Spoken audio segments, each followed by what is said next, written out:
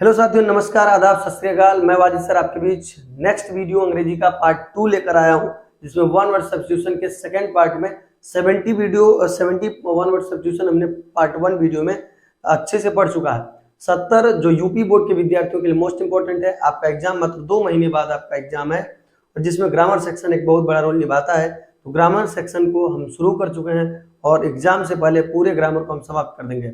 तो ग्रामर अगर आपको सीखना है और एयरफोर्स नेवी के लिए भी सीखना है, या किसी भी क्लास का अंग्रेजी से आपको डर लगता है, तो मेरे चैनल को सब्सक्राइब कर लीजिए। और भी बहुत सारे सब्जेक्ट की क्लासेस पर चलते रहते हैं, तो वीडियो को अंत तक जरूर देखिएगा।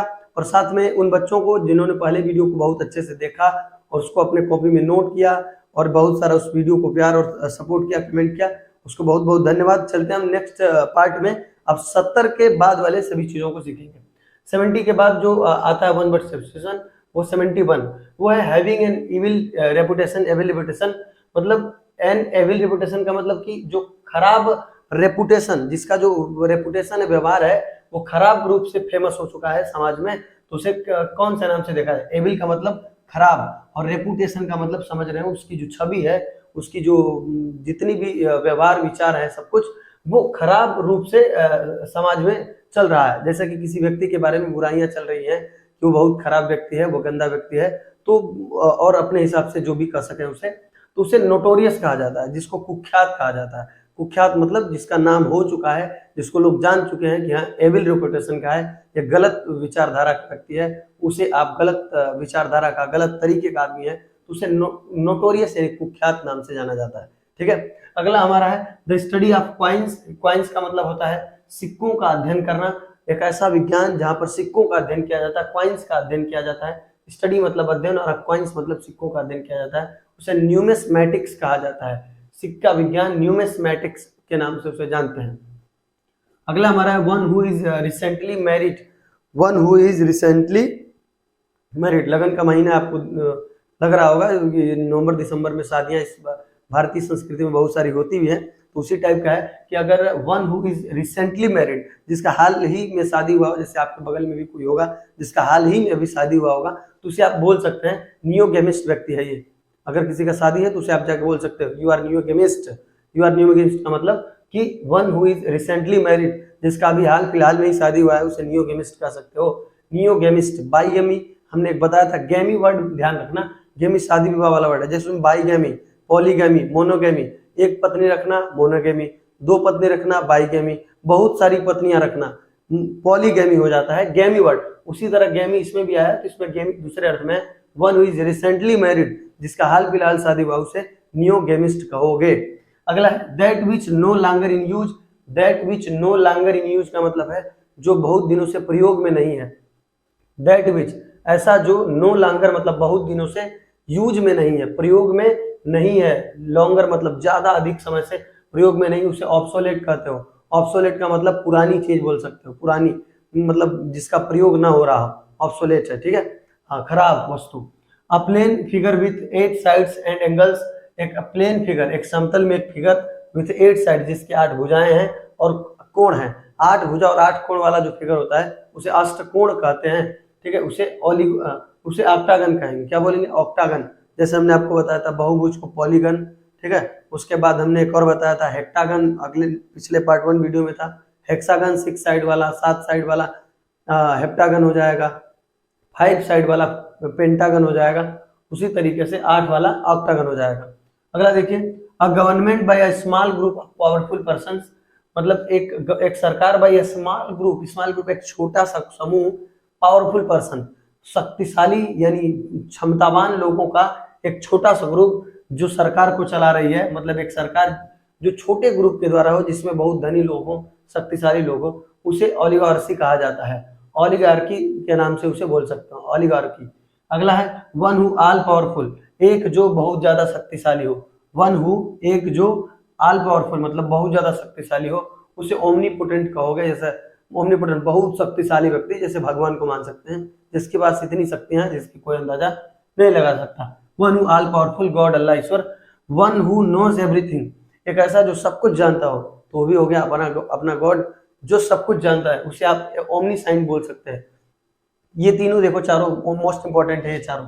इन चारों को आप याद रखिएगा। ओमनीपोटेंट, ठीक है, जो सब कुछ सबसे शक्तिमान है उसे ओमनीपोटेंट, जो वन हु नोज एवरीथिंग, जो हर जगह एवरीथिंग जो सब कुछ जानता है उसे ओमनीसाइंट कहेंगे। और one who present everywhere, present everywhere मतलब प्रेजेंट का मतलब रहना और एवरीवेयर मतलब हर जगह, ठीक है। एक जो हर जगह उपस्थित होता है, मतलब हर कहा जाता है ना कि ईश्वर हर जगह है, हर कण कण में विद्यमान है ईश्वर, तो उसी तरीके से one who present everywhere, omni present, omnipotent, ओमनीसाइंट, omni present, सब ईश्वर का ही एक रोल है गॉड का, कि गॉड सबसे शक्तिमान, सर्वशक्तिमान, सर्वज्ञानी और सर्व जगहों पर उपस्थित, जिसे आप गॉड के नाम से जान सकते हो। तो याद रखना, जो सबसे हर जगह उपस्थित हो ओमनी प्रेजेंट, जो सब कुछ जानता हो ओमनी साइंट, और जो सबसे शक्तिमान हो ओमनीपोटेंट।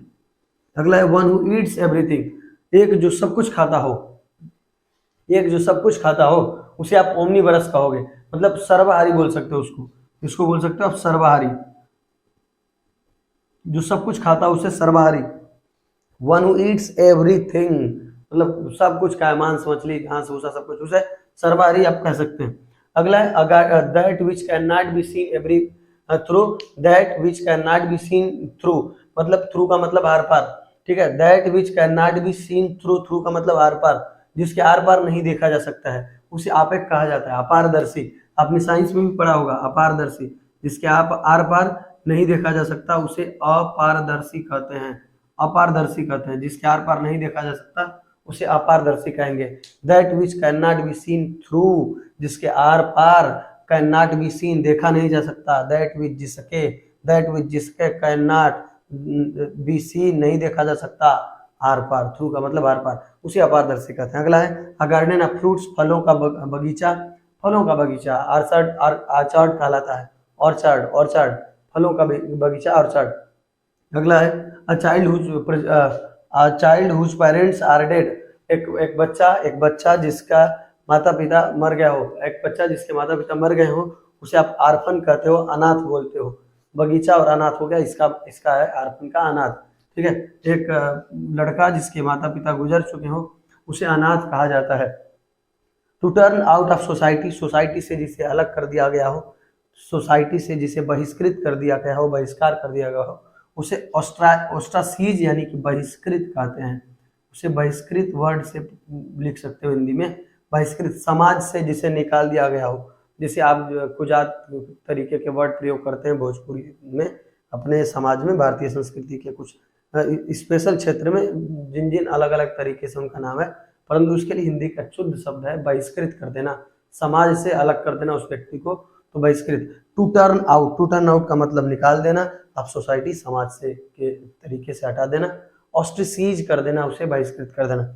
अगला है one who makes an eloquent public speech, in eloquent का मतलब होता है, इलोक्वेंट का मतलब होता है बढ़िया, दक्ष, कुशल वक्ता, जिसे कहा वन हु, एक जो मेक्स मतलब बना देता है, एन इलोक्वेंट पब्लिक स्पीच, सार्वजनिक स्पीच को, पब्लिक मतलब सार्वजनिक, स्पीच मतलब भाषण, सार्वजनिक भाषण को थोड़ा दक्ष, एकदम अच्छे से, कुशल तरीके से, एलोक्वेंट का मतलब होता है कुशल तरीके से, दक्ष तरीके से सार्वजनिक भाषण को बोलता हो, मेक्स मतलब बोलता हो, बनाता हो, यानी कि यहाँ मेक्स का अर्थ बनाने से नहीं अर्थ है, यहाँ पर इसका अर्थ थोड़ा सा अलग निकल रहा है कि one who makes an eloquent public speech का मतलब जो सार्वजनिक भाषण को, सार्वजनिक जो स्पीच होता है जो कई लोगों के बीच में दिया जाता है, उसमें एकदम दक्ष हो, दक्ष स्पीच को प्रेजेंट करता हो, कहीं बोलता हो, उसे आप क्या कहोगे, तो उसे आप ऑरेटर कहते हो, वक्ता कहते हो, उसे आप ऑरेटर कहते हो। जो सामाजिक सार्वजनिक भाषण को एकदम कुशल तरीके से, दक्ष तरीके से बोलता हो, उसे आप ऑरेटर यानी कि वक्ता कहते हैं।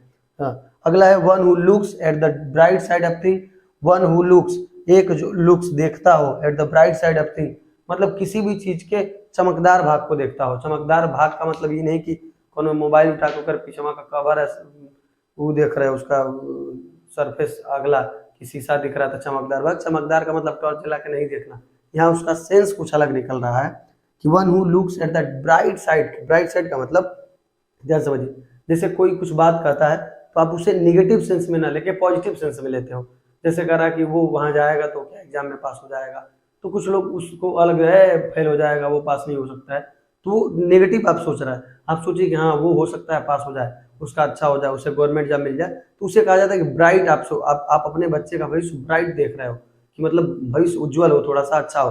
अगर वही नेगेटिव सेंस में सोचोगे कि हाँ वहाँ जा रहा है, हो सकता है उसको एग्जाम में कुछ ना आए, फेल हो जाए, ये वो, आप जानते हो कि वो पढ़ा लिखा है, फिर भी आप ऐसा कुछ सोच रहे हो, उसे आप कहा जाता है कि आप डार्क साइड सोच रहे हो, नेगेटिव चीजों को सोच रहे हो। तो यहाँ पर है कि one who looks at the dark side of thing और one who looks at the bright side of thing. तो ब्राइट साइड का मतलब जो हमेशा अच्छी चीजों को सोचता हो, पॉजिटिव वे में। ब्राइट साइड का मतलब अच्छे चीजों को, जैसे मान लीजिए या ब्राइट साइड का मतलब ये हुआ कि मतलब किसी भी चीज का चमकदार भाग का मतलब अच्छा सोचना, क्योंकि किसी भी चीज का दो भाग होता है, एक पॉजिटिव और एक नेगेटिव। तो आप पॉजिटिव सोच रहे हो, अच्छा सोच रहे हो, तो ब्राइट साइड ऑफ थिंग सोचने वाले को ऑप्टिमिस्ट कहा जाता है, और हिंदी में इसको आशावादी कहते हैं। आशावादी यानी हर चीज में एक अपनी आशा खोज लेता है कि हाँ शायद ये हो जाए, आशावादी उस व्यक्ति को कहते हैं आशावादी। ठीक, आशावादी मतलब अच्छी चीजों को पॉजिटिव वे में सोचना। One who looks at the dark side of thing मतलब किसी भी चीज के डार्क साइड का मतलब नेगेटिव चीज को सोचना, उसे आप पेसिमिस्ट कहोगे, निराशावादी। निराशावादी, निराशावादी, निराशावादी। ठीक, ध्यान रखिएगा। आपने कई लोगों को सुना होगा कि कोई कहता है कि हाँ जैसे आर्मी की रनिंग है किसी बच्चे की, आप उसका पीठ थपथपा के बोल रहे हैं very good, very good, well done, मैं मुझे तेरे में लगता है कि तू इस बार दौड़ निकाल लेगा, तो आप आशावादी हो। उसको आपने क्या किया, ब्राइट साइड पॉजिटिव वे में उसको आप जोश भर दिए। और कोई आया कि तुम्हारे बस की बात नहीं है, तुमसे नहीं होगा, मैं तो रोज देखता था कि तू 5 मिनट की नहीं, तू 6 मिनट में 1600 कर रहा था, तेरे बस की बात नहीं है। तो आपने क्या बोला, उसे निराशावादी कर दिया, आपने उसे निराश किया। तो आपने क्या किया कि वो जो चीज थी दौड़, उसके नेगेटिव साइड को आपने देखा, आप भी उसे पॉजिटिव वे में देखिए। तो आप सभी गार्जियन से भी हम कहते हैं और सभी बच्चे से, आप आशावादी बनिए, निराशावादी बनने की जरूरत नहीं है, ये अच्छी चीज नहीं है। आशावादी बनिए, हर बार ये सोचिए कि अच्छा होगा। अगला है property inherited from once father.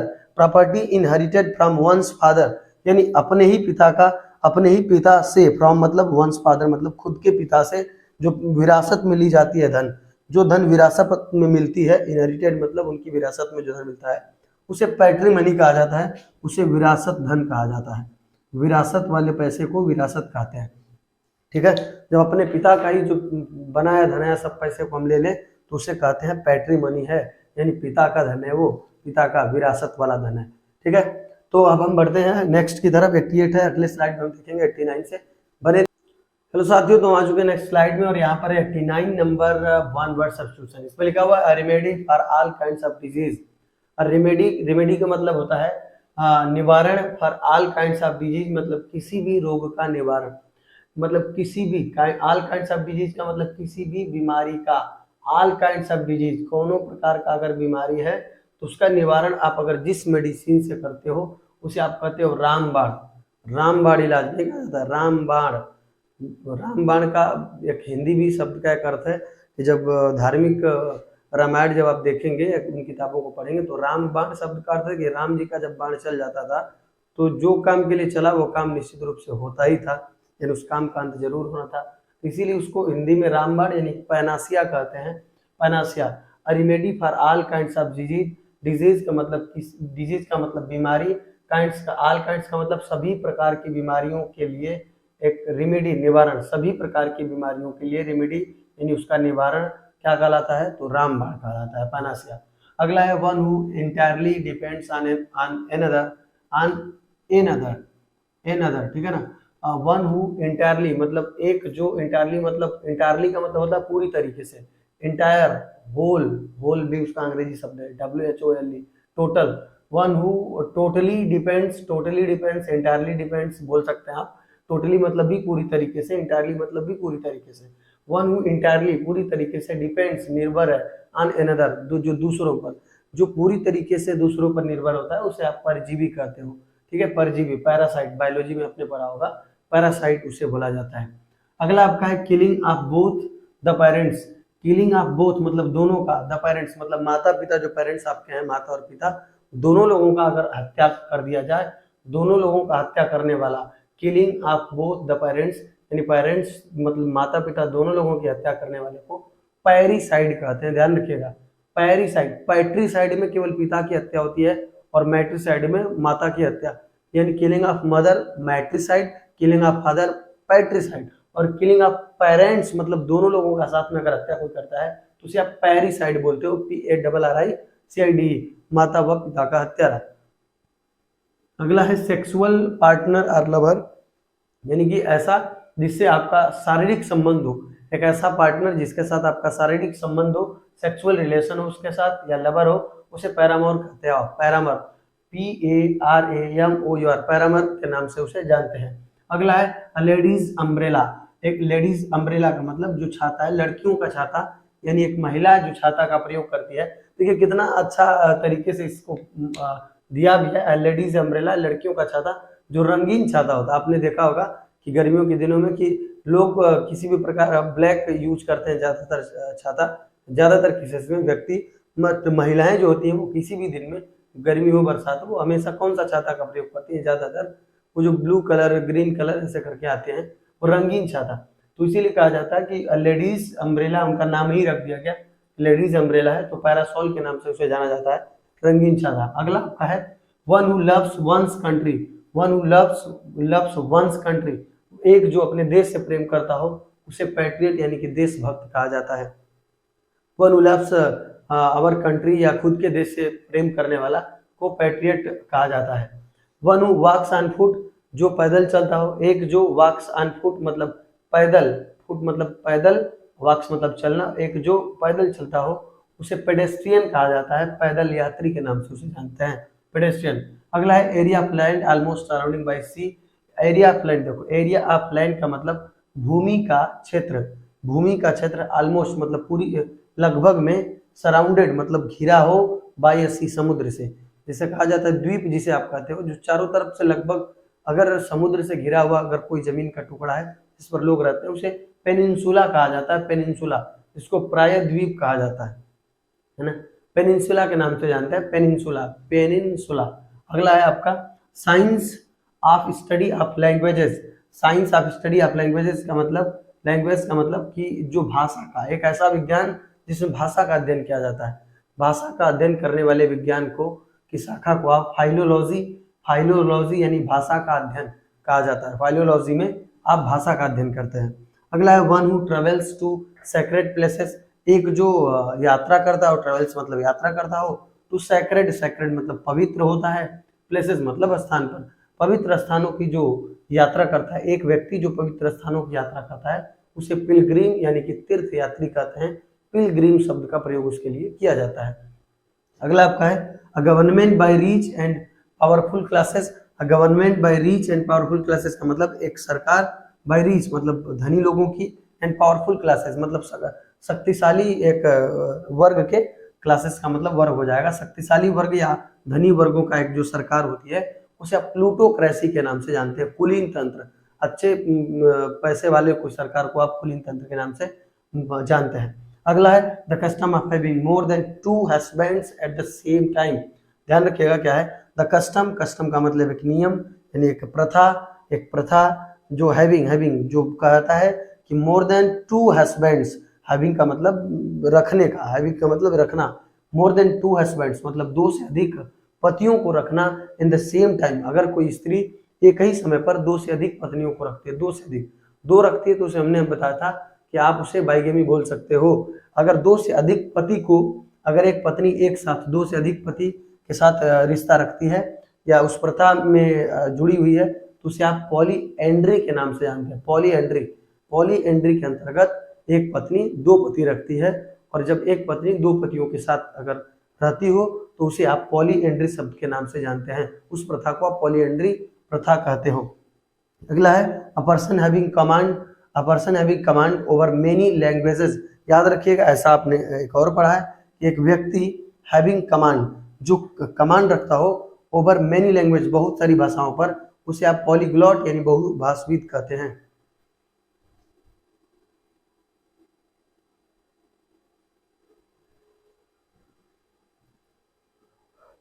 उसे बहुभाषाविद कहते हैं, पॉलीग्लॉट उसे बहुभाषाविद कहा जाता है। अगला है रिसीव्ड आफ्टर डेथ, यानी कि मृत्यु के बाद जो प्राप्त होता है, रिसीव्ड आफ्टर डेथ, मरने के बाद जो चीजें प्राप्त होती है उसे पोस्थ्यूमस के नाम से जानते हैं, मरणोपरांत कहते हैं। जैसे रेयर केस में आपने सुना होगा कि अगर कोई बच्चा अपने पिता के मरने के कुछ सालों बाद अपनी माँ से पैदा होता है तो उसके लिए भी पोस्थ्यूमस वर्ड यूज किया जाता है। अगला आपका है अ चाइल्ड विथ अनयूजुअल और रिमार्केबल टैलेंट, यानी एक बच्चा विथ जो अनयूजुअल, यूजुअल का मतलब साधारण, अनयूजुअल का मतलब असाधारण, असाधारण और रिमार्केबल मतलब एक चिन्हित टैलेंट रखता हो, एक जबरदस्त टैलेंट उसके अंदर हो, जिस टैलेंट को पहचान गए लोग। अनयूजुअल एक असाधारण टैलेंट, जिस टैलेंट की तुलना आप किसी से नहीं कर सकते। एक बेहतरीन टैलेंट वाले बच्चे को आप क्या कहते हो? प्रोडिगी यानी प्रतिभा संपन्न बालक। एक ऐसा बालक जिसके अंदर बहुत सारी प्रतिभाएं हैं, उसे प्रतिभा संपन्न बालक, जिसको प्रोडिजी कहा जाता है, प्रोडिजी। अगला है किलिंग ऑफ अ किंग, राजा की हत्या, रेजिसाइड, राजा की हत्या, रेजिसाइड।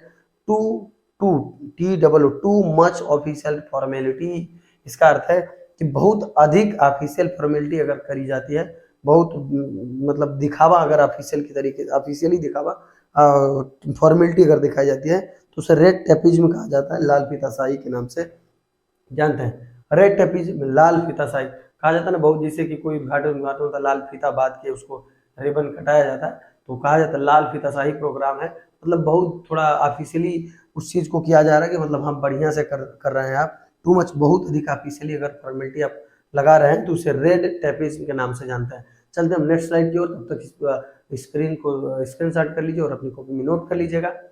हेलो साथियों, तो हम आ चुके हैं नेक्स्ट स्लाइड में और 106 नंबर वन वर्ड सब्स्टिट्यूशन हमारा है अनवेरिफाइड इंफॉर्मेशन।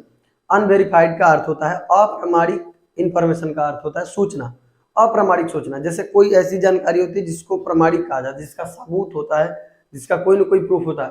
बट एक ऐसी कोई सूचना, कोई जानकारी आपको मिलती है जिसका कोई प्रूफ नहीं है आपके पास, फिर भी वो बातें चल रही है मार्केट में, तो उसे आप अफवाह कहते हो, उसे र्यूमर कहा जाता है। र्यूमर नहीं बोलते, र्यूमर फैल रहा है, र्यूमर हियर से बोलते हैं, हियर से या र्यूमर दोनों नाम से जानते हैं। नेक्स्ट 107 नंबर है place where things are stored for safety. Safety यानी एक प्लेस, एक स्थान, वेयर जहां थिंग्स मतलब वस्तुएं, आर स्टोर्ड रखी जाती हैं सेफ्टी के लिए, सुरक्षा के लिए, जिस स्थान पर वस्तुओं को रखी जाती है उसे रिपोजिटरी कहा जाता है। रिपोजिटरी का मतलब होता है गोदाम, ठीक है ना, रिपोजिटरी गोदाम, रिपोजिटरी का मतलब होता है गोदाम।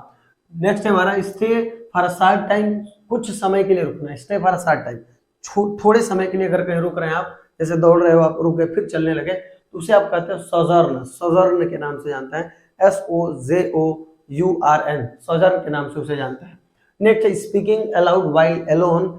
स्पीकिंग अलाउड मतलब स्पीकिंग मतलब जोर से चिल्लाना, वाइल मतलब जब आप अकेले में हो, यानी अकेले में जाकर खूब जोर जोर से चिल्लाना, उसे आप कहते हैं सोलिलोकी। क्या बोलते हैं उसे?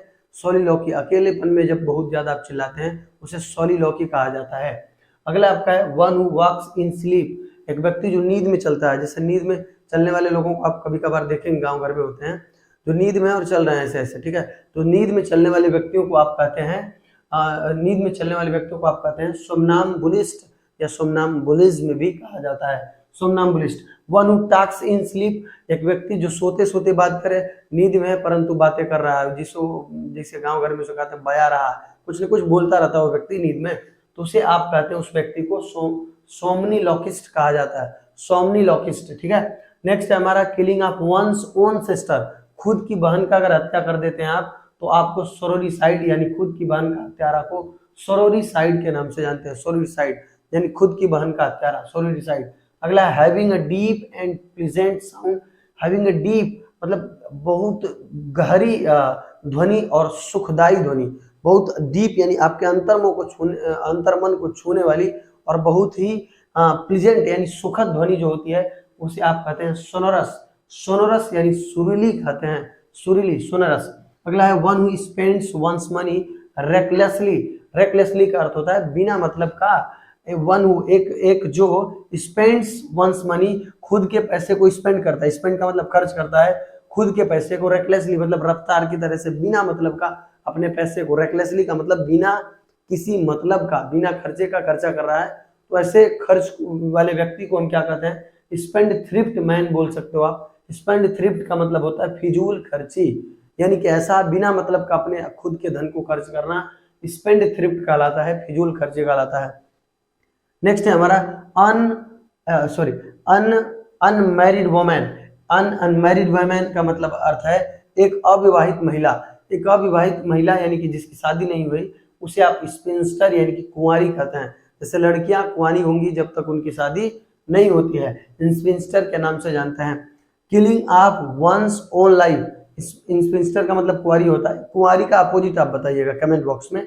कि इंस्पेक्टर का अपोजिट क्या होगा, कुंवारा की इंग्लिश क्या होती है, कमेंट बॉक्स में जरूर लिखिएगा, ठीक है। उसके बाद है killing of one's own life, killing of one's own life, ध्यान दीजिएगा, killing of one's own life यानी किलिंग मतलब खुद की, ठीक है ना, खुद, किलिंग का मतलब मारना, और वंस ओन्स लाइफ का मतलब होता है खुद की लाइफ को एक हत्या, ओन लाइफ का मतलब खुद का जीवन का हत्या, killing of one's own life मतलब खुद के जीवन की हत्या जो होती है उसे आप कहते हैं सुसाइड कहा जाता है, आत्महत्या जिसको कहते हैं, स्वयं की हत्या करने वाला आत्महत्या कहलाता है, ठीक है। अगला है one who talks too much, एक जो बहुत ज्यादा बात करता हो, टॉक्स टू मच मतलब अधिक बात करता हो यानी बोलता हो, उसे आप कहोगे टॉकेटिव या गैरुलस, गैरुलस या टॉकेटिव के नाम से उसे जानते हैं, उसे हिंदी में बातूनी कहा जाता है। नेक्स्ट हमारा है one who abstains from alcoholic drinks, alcoholic drinks मतलब जिस ड्रिंक्स में अल्कोहल की मात्रा होती है उस ड्रिंक से, अब्सटेंस फ्रॉम अल्कोहलिक ड्रिंक्स का मतलब अल्कोहलिक ड्रिंक्स से थोड़ा दूर रहने वाला, एक जो अल्कोहलिक ड्रिंक से दूर रहता हो, जो उससे बचता हो, उसे आप टीटोटैलर कहते हैं, टीटोटैलर कहते हैं।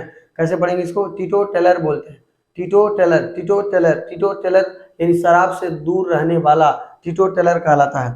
नेक्स्ट हमारा government by religious leaders, religious leader मतलब धार्मिक पंथी जो व्यक्ति होते हैं, अगर उनके द्वारा सरकार, उनकी सरकार चल रही है, उनके द्वारा सरकार चलाया जा रहा है, लीडर्स मतलब नेता, धार्मिक नेता, तो उसे आप थियोक्रेसी, पादरी तंत्र कहते हैं। नेक्स्ट हमारा an instrument for measuring temperature, एक ऐसा इंस्ट्रूमेंट मतलब यंत्र फॉर मेजरिंग टेम्परेचर जो तापमान मापने का काम आता है, उसे आप थर्मोमीटर के नाम से जानते हैं, ठीक है। नेक्स्ट है one who betrays one's country, जो अपने देश को धोखा दे उसे आप क्या कहते हैं, देशद्रोही, ट्रेसर कहते हैं, धोखा देना, बीट्रेज का मतलब धोखा देना, one who betrays one's country, one's मतलब खुद के देश को धोखा देने वाला, खुद के, जैसे मैं अपने देश को धोखा देता हूं तो देशद्रोही कहलाऊंगा, उसी तरीके से one who betrays one's country, अगर आप अपने देश को धोखा दे रहे हैं तो आप बीट्रेज ट्रेसर कहलाएंगे, traitor, you call traitor if you cheat your country, अगर आप अपने देश से धोखा कर रहे हैं तो आप ट्रेसर के नाम से जाने जाएंगे, देशद्रोही कहलाएगा।